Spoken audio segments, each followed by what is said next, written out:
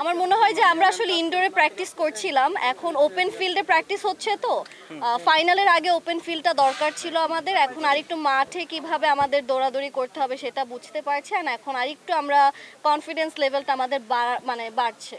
না অ্যাকচুয়ালি না, আমি তো ভাবছি আমি একটা বলও মারতে পারবো না, সেখানে আমি 3টা মারলাম, 2টা রান নিলাম, ও সরি 5টা রান নিয়েছি টোটাল। তো ভালোই লাগছে, মনে হচ্ছে যে না যতটুকু ভেবেছি যে যাওয়ার সাথে সাথে হয়তো আউট হয়ে যাব, বাট ওটা করেনি।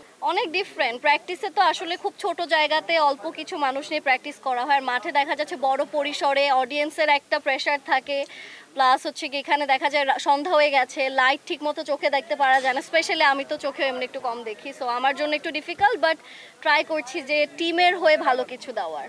আমরা তো মেয়েরা অনেক ছোট ছোট, অ্যাকচুয়াল তো প্লেয়ার না, এখানে তো আসলে জাতীয় ক্রিকেটার যারা তাদের খেলার ফিল্ড এটা, তো আমাদের জন্য একটু বড়, তারপরও হচ্ছে গিয়ে এটা তো আসলে আমাদের জন্য খুবই সিরিয়াস কিছু সেটা না, আমরা মজা করে খেলছি, তো সবাই একসেপ্ট করে নিচ্ছেন, সবাই হচ্ছে গিয়ে আরও সাহস দিচ্ছে, তো এটাই।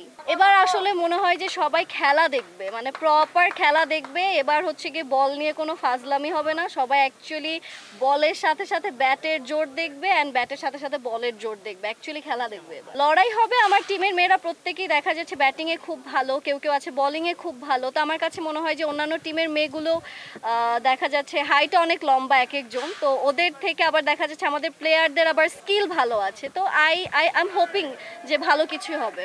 আমার টিম নিয়ে কতটুকু আশাবাদী, আমি আসলে সবাইকে বেশি প্রেশার দিতে চাই না, আমরা মজাতেই খেলাটা শেষ করতে চাই, মজা নিয়ে শুরু করছি, কিন্তু আমার মনে হয় যে যেই পরিমাণ প্র্যাকটিস আমাদের মেয়েরা করেছে, ট্রফিটা যাওয়ার সম্ভাবনা নাইট রাইডার্সেরই আছে। হেরে গেলে এই যে আপনাদের সামনে এসে কান্না করব।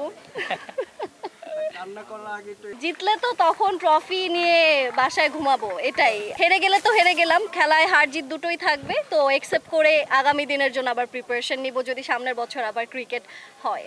আমার কাছে মনে হয় রাত্রেবেলা, এখন যেহেতু প্রচণ্ড পরিমাণ গরম, রাতের ওয়েদারটা আমাদের জন্য ঠিক আছে, দিনের বেলা একটু কষ্ট হয়ে যেত যেহেতু আমরা রেগুলার খেলোয়াড় না। ও আমার চোখে না, আমি আসলে সেটা হচ্ছে পড়ার ক্ষেত্রে, পড়ার জন্য হচ্ছে চোখে সমস্যা হয়, এছাড়া সমস্যা না, বল দেখতে পারি, সমস্যা নেই।